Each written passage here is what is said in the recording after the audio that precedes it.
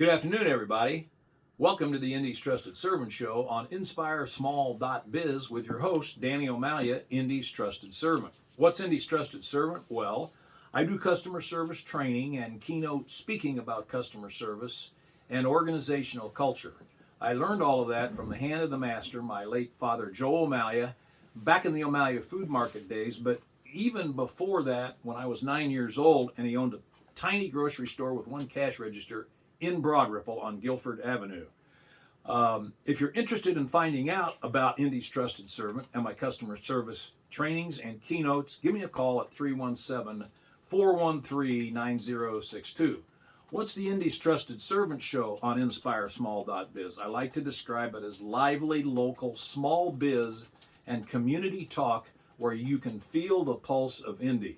And my guest today is somebody who's with an organization that's near and dear to my heart, the Alzheimers Association. Jennifer Buddenbaum, little O'Malia family history. My mother suffered from Alzheimer's, and back in the day, we used to sponsor, O'Malia Food Markets used to sponsor the Memory Walk. And it started at Hinkle Field House in the parking lot back in the day, and it was in September, and there was always a lot of bees buzzing around. That was that was the unpleasant part of it. Currently, my younger brother David, who's 70 years old, is suffering from Alzheimer's, and so I'm walking that again, and it's a tough disease. So we want to hear all about the Alzheimer's Association, Jennifer. But first, we want to hear about you. Tell us who you are, where you come from, where you went to school, what you studied, and how you got to the Alzheimer's Association, and then we'll talk Alzheimer's Association. You got it. How much time do you have? Well, we have a half an hour. No, so again, thank you for inviting me to be here. I am Jennifer Buddenbaum, and I got here in kind of a loop-de-loop way. I grew up in a small town west of Indianapolis called Pittsboro, Indiana. The Pittsboro Boroughs. Pittsboro Boroughs, yes. I had an aunt that lived in Jamestown. Yes. And we went out to visit her, and there was a basketball goal, and above there it said Pittsboro Boroughs. Still the Pittsboro Boroughs, and I still have family out there. And graduated from Tri-West High School. From there, I went to Ball State University, and I majored in advertising sales with a minor in marketing. Okay. And left there, graduated, and worked for, where did I start out? Oh, started out in human resources at Hendricks Regional Hospital. Had nothing to do with my major. Apparently not. Not even remotely, but the pay was good. This happens all the time. Thought I was going to beat my head on the wall because there's no creativity in human resources. It's pretty black and white, you know. And so finally from there had the opportunity to go work for, now ready for this, it was the Indianapolis newspapers. It's when they had a Star and the News. Was it when the Pullians owned them? Oh, yes. They absolutely. were really Indianapolis newspapers. They were Indianapolis newspapers, had two newspapers, and while I was there is when they stopped printing the news. What did you do at the Star News? So I was I did promotion. So I started out in circulation, and I was marketing promotions. So if you would go to, let's say, a Shell gas station, you would buy a newspaper and get a cup of coffee for free. So I would work with different kind of stuff. Okay. Creative. Enjoyed that. Took a little shift over and went into internal promotions where it would be more of having a contest for readers, trying to encourage readers to engage with the newspaper. Now, what years was this? Oh, gosh. You're really testing me, aren't you? Generally. So, let's go back to the early 90s. Okay, early 90s. And when did the Pulliams sell the papers? Do you know? I don't even know. You left before then? I left before then, and that's while still working in the Indianapolis area. I left there because I would go meet with people, and they're like, oh, our newspaper budget's going to the internet. I'm like, what is this internet business all about? So got to learn more about that, and left to go work for an internet recruitment site called Online Career Center. Okay. The first recruitment site, or I should say online recruitment site, started right here in Indianapolis called Online Career Center. Isn't that right? A gentleman by the name of Bill Warren, who subsequently passed from Alzheimer's, started this and was later bought by TMP Worldwide, who also owned the Monster Board. Okay. those two merged, became Monster.com. So I don't know if you're familiar with them. So that's how we got there. Okay. Absolutely loved it. It was up and coming. And while working at Online Career Center, I went back to Boston and got my master's in Information Communication Sciences. You obviously were sensing the tide changing. So yes, but you'll probably find that I never really got right into the trenches of it, the behind the scenes, but I know enough to be dangerous. Okay. So he's laughing because he's an IT guy. He's an IT guy. Yeah. So I learned a little about a lot, and you don't want us to know a little about a lot because that's when we get really dangerous. Yes. And he's still, I'm getting applause behind the camera now. But loved my time with Monster.com. The people that I worked with, loved what the product was, very corporate. We were in the Fortune, 100 at one point. And then the gentleman who started Online Career Center went and started another online site, which now is Direct Employers, I believe is what it goes by. So I was recruited to go be their vice president of sales and marketing. And long story short, that's when our family decided to grow. Didn't know that was going to happen. Had a little surprise. And that was your first child? My first child. And that would have been in 2000. 2000. Okay. So had our family, have 3 children. And while raising them, kind of dabbled a little bit. Started my own company. It was an outsourcing company where we did anywhere from marketing to accounting. You could work from home. I could work from home and still be a mom and kind of have my thing where I had my own career. And it was there that I found out about an independent contract position with Radio Disney. Really? Okay. And I was like, oh, that got my interest. So I went interviewed, and it was one of those jobs where I was like, this is really cool. I've got to have it. So again, I was able to work from home. So when my kids were off at preschool or whatever, I could go sell advertising for Radio Disney, create promotions. It was the most creative job I've ever had. Was Radio Disney, did they have an FM station here in Indy or we what? were one of 2 FMs. Everybody else was AM. So if you went to Chicago, it was AM. It was AM. Yeah. Okay, all right. They were on the AM, and when you're from America, AM, a lot of people aren't familiar with that. But we were one of the FMs here. And about 5 years in, where I was like, I think I'm going to do this full time. I'm going to go buy the clothes. I'm going to, really dig in. We get a phone call that they are closing down all the terrestrial offices, the stations. They were going to go Sirius XM, put their focus there. And, we're all sitting around the table like, didn't they just tell us how good we were doing yesterday? And today they're closing us down. Corporate America. Corporate America right there. So left there and went work for Radio Latina. Oh, okay. Did you work with let's see. Well, no. Bart Johnson? Okay, no. Oh, it was Russ Dodge. Russ was there before. Yeah, Russ, yes. Yeah, I know Russ. He was there before. Loved it. I like that it's a very niche demographic. We are a growing Latino community. Niche, yeah. Yeah. And saw the need for, we needed that avenue of communication, not only music, but a way to communicate to the Latino community in Indianapolis. And enjoyed it, and it was kind of there that I was like, I think I'm tired of reporting to the guy in the corner office.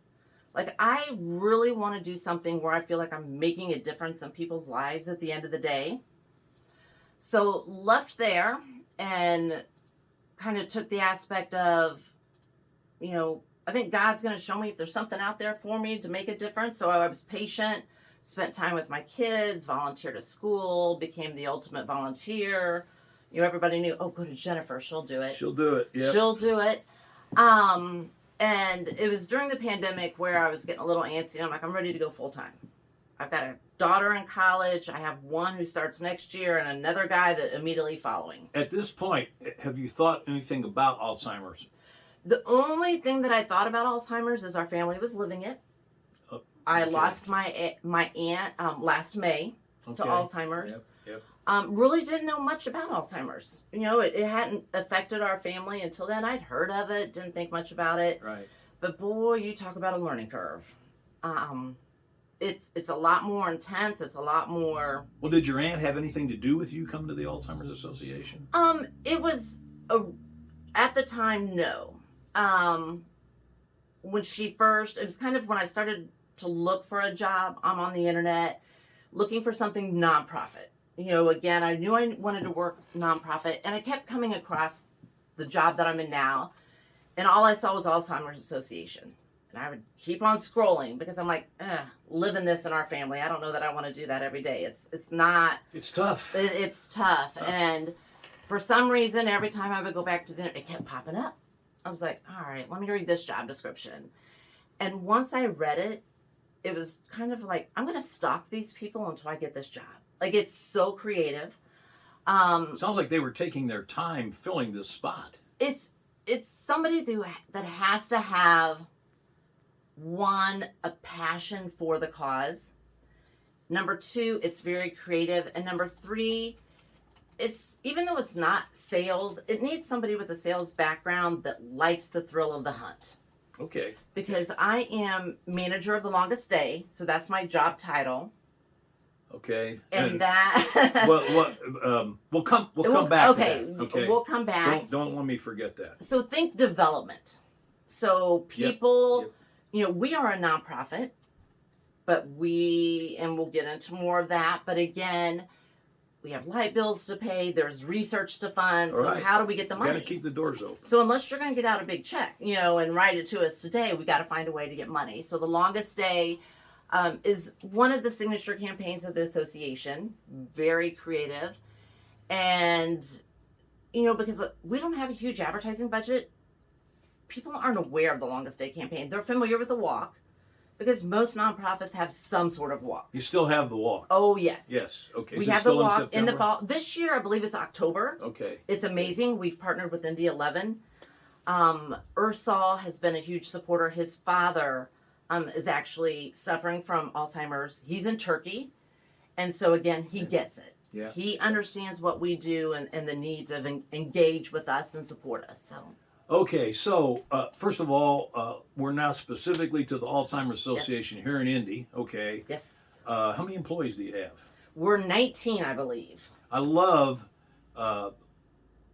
telling my viewers how many employees are employed in the nonprofit section, and that's you know, it's a huge number if you add them all together. Some of them are smaller than you guys. Some of them are bigger than you guys. Do you know what percentage of the population? Now, my mom came from a family of 9 kids. Okay. And 3 of them had Alzheimer's. Okay. And my brother's one of 4. Do you know what percentage of the population ends up with Alzheimer's? And there's a difference just between Alzheimer's and getting old. So absolutely. Go into that too. Absolutely. So I don't know the exact percentage, but I do know in America alone, there's 6 million people that are suffering from Alzheimer's. Specifically Alzheimer's. And if you look at the statistics and look at the research, we just released our facts and figures. So I encourage people to go out to alz.org, look up facts and figures. But they are trending that number is going to rise. Why? There are different environmental factors that are involved. That is why our research is so important, so we can find out more of the why. And you guys are heavy on research. So heavy on research. And not to mention, we're a growing population. We are an aging population. Right. So that plays a factor in that as well. The baby boomers. The baby boomers are getting older. But the thing is, a lot of people, they put this in a bubble of just the aging population. But I met with someone last week who was going to meet with an Alzheimer's client who's 54 years old. You hear about that. 54. So it's getting younger and younger. So 6 million, about 160,000 alone here in Indiana. Okay. That's Alzheimer's. So a lot of people are always like, what's the difference between dementia and Alzheimer's? Exactly. So, and that was one of my first questions, because you hear about, vascular dementia or Lewy bodies. There's so many different dementias that are out there. So dementia is the term that is used to describe the symptoms. So memory loss, those kind of, so it's symptoms, a group of symptoms. Okay. So think of dementia as the umbrella.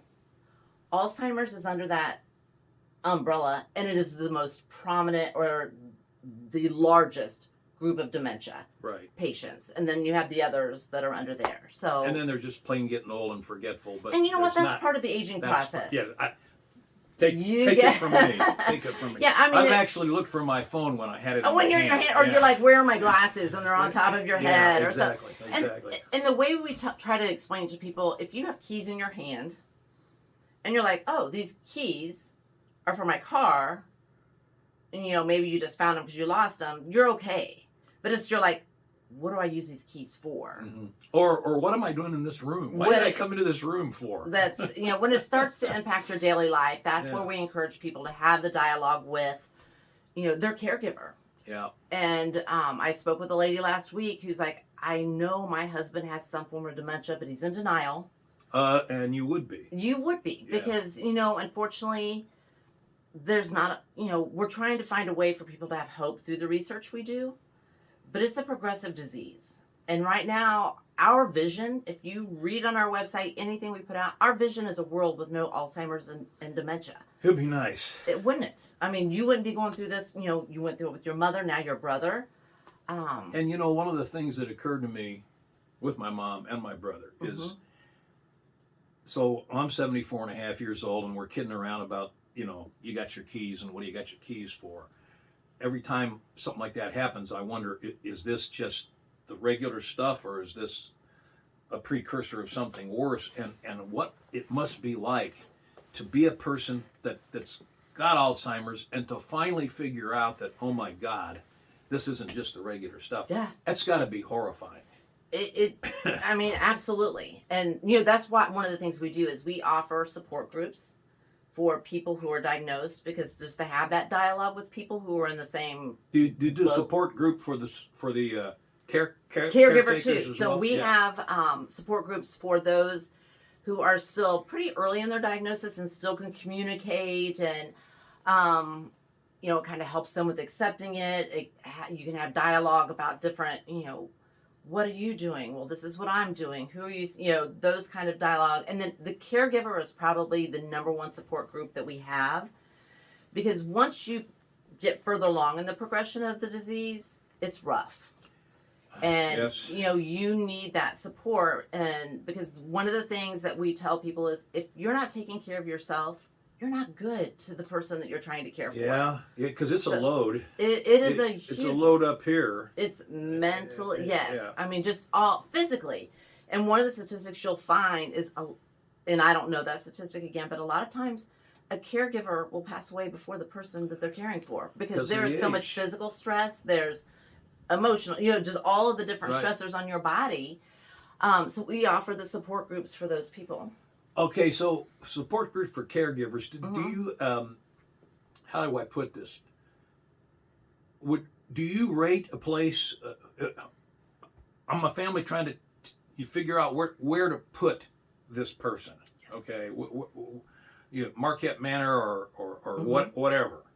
And of course, do you guys make recommendations to families? This place I wouldn't put this person, or we do not. Because again, we want to be a resource for everyone. We do have a resource finder, so we encourage a Marquette Manor, a Rose Senior Living. It could even be hospice. It could be home health care, respite care. So we have a resource finder that people can go to our website specifically for Indiana, and look, because we cover the entire state, the various places. Okay. So we don't make a recommendation because that's not our place, because what's good for your family member might be different than what's good for me. And it's hard to figure out, because I've watched my sister-in-law do this. Is this the right place? Or would there be a better place? And economics gets into it, and geography gets into it. Is it covered by Medicare? All is of it that. self-pay? Yeah. There are people out there that, for example, Dave Holder is a kind of a partner with the association. He's on our walk committee. And a lot of times, like if we're having a one-on-one conversation, let's say we're at Spotlight Networking and we're talking and you say something, I'll be, hey, why don't you give Dave Holder a call? He's a good guy. He may or may not be able to help you, but a lot of times we'll give a recommendation like that. Okay. And Dave goes out and he has relationships with all of these, and he can kind of interview you and your family and say, what are you looking for? What is your financial situation? And he can be like, here's some recommendations. I think you should go visit them. Yeah, okay, great. Well, let's talk about your fundraising a bit. Yes. I'm very familiar with the Memory Walk, and of course I know about what the longest day means, I think about my brother and what does he do all day if somebody's not there, you know? And it's just scary. So tell us about the two and how you can get involved in them and so on and so forth. Absolutely. And that is one of the, when we talk to people and tell them about the Alzheimer's Association, you know, again, our mission is to provide care, support, advocacy, and research. And since this association started in the 80s, we have stayed on course with that mission. Brain health awareness is part of that through our programs. All of that we provide for free. You got to raise money. We got to raise money. It's free. And again, we cover the entire state of Indiana. So although our home office is in Indianapolis, we have people who are out in those communities throughout the state. And you say 160,000 Hoosiers suffer from Alzheimer's. And that's the we know of in the research. That we know of. Yes. Yeah. So a lot of people, when they find out about what we do, they want to know how can we do more? Like, you know, for example, your brother has Alzheimer's. You know, what can I do to make a difference? The numbers are only going up. What we encourage people to do, engage with the association on what fits you best. It could be people might want to volunteer. They might want to be a community educator and host a program, the 10 warning signs of Alzheimer's. Because if I'm out in the community, I've been at a farmer's market and, you know, a gentleman he's right down on my face and he says, I think I have Alzheimer's. Do I have it? And I was like, well, one, I'm a communications major, so you don't want me to diagnose you. We encourage you to have that conversation with your healthcare provider. But 10 warning signs. What should people look for? Well, can you talk about those? I can't talk about those. I don't know them specifically. Our programs team, our community education. But we have brochures. It's on our website.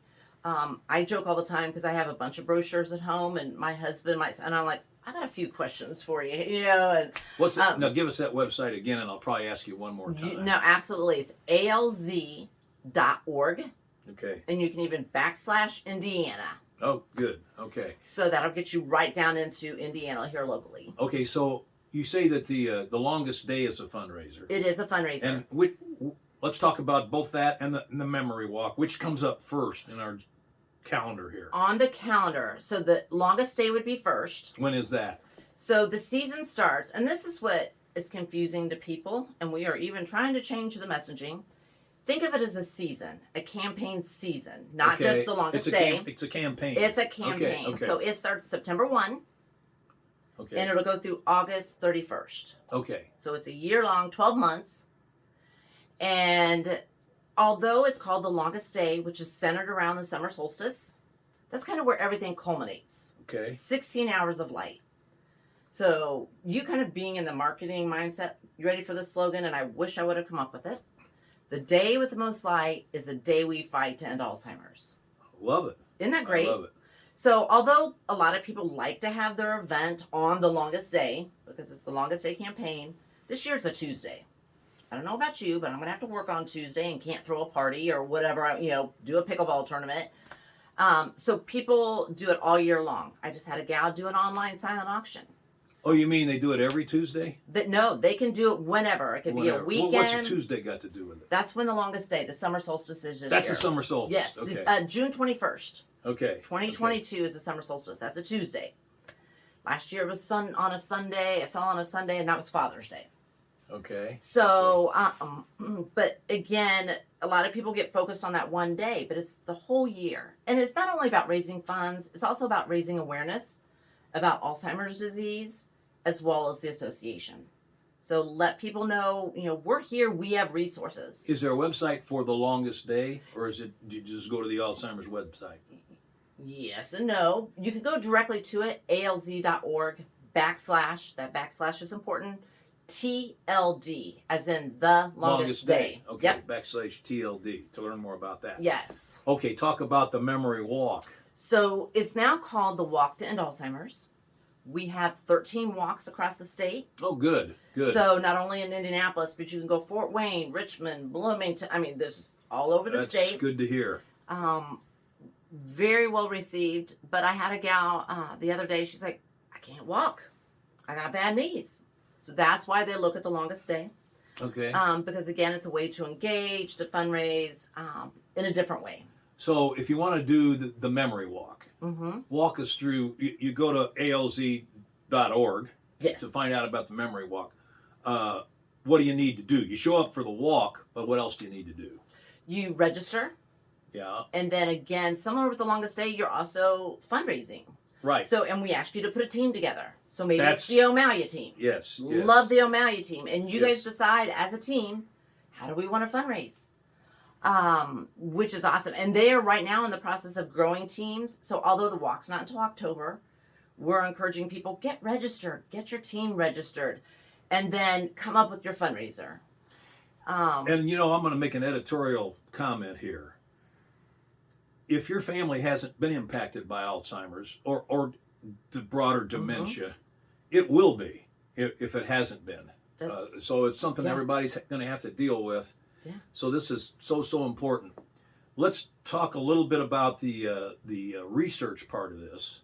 How much progress is being made? Is that something you can answer?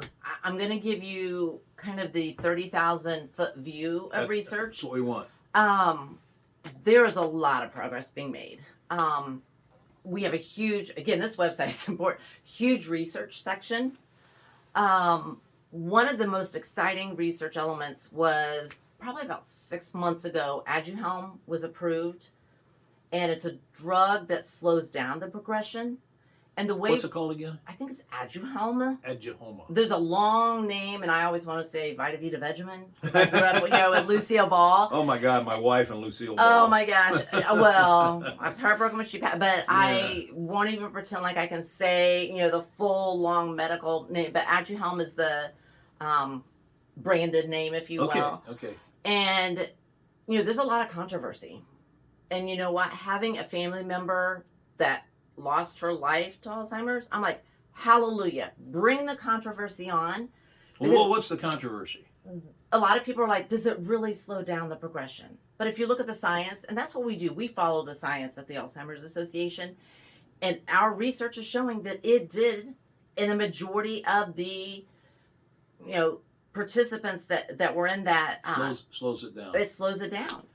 And so the first time the FDA has approved a drug for dementia or Alzheimer's in 20 years.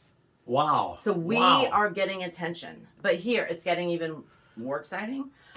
So let the controversy go. Let people talk about it. Let the scientists talk about it. Because now there is a downside. Medicare will not approve it. We're hoping for an announcement here soon that it gets signed, because then only the rich have access to it. Yeah. And that's, unfortunately in America, that's the way a lot of healthcare goes. But we, and when I say we, literally the CEO of the Alzheimer's Association has been advocating. He has been going to Capitol Hill and fighting for this. So this could be a write your congressman issue. Oh, heavens, yes. So if you're into helping the Alzheimer's Association research, write your congressman and about the Medicare issue. Yes, absolutely. We need this to be covered for everyone, because it's setting a precedence. Because this year alone, there are 2 additional drugs that are being fast-tracked for dementia and Alzheimer's. This is good. And one of the cool things is, just right up the road here, Eli Lilly is one of them. Well, I figured they're involved in everything. They're really a wonderful company. Jennifer Buddenbaum, Alzheimer's Association. Website again? alz.org. Thanks for being my guest on the Indy's Trusted Servant Show on InspireSmall.biz. Next week, my good buddy, fellow Indianapolis Rotarian and Cathedral High School board member, Dr. Matt Will of the University of Indianapolis, and Indianapolis's economist will be our guest. Very interesting guest. Tune in, and we'll see you then.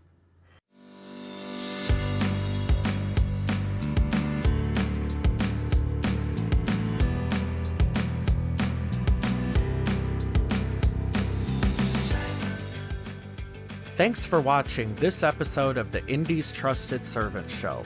If you liked this episode, be sure to like, share, and subscribe for more updates. The Indy's Trusted Servant Show is produced by InspireSmall.biz in Indianapolis, Indiana. For more episodes of the Indy's Trusted Servant Show, visit www.inspiresmall.biz/Indy's Trusted Servant. Thanks for watching.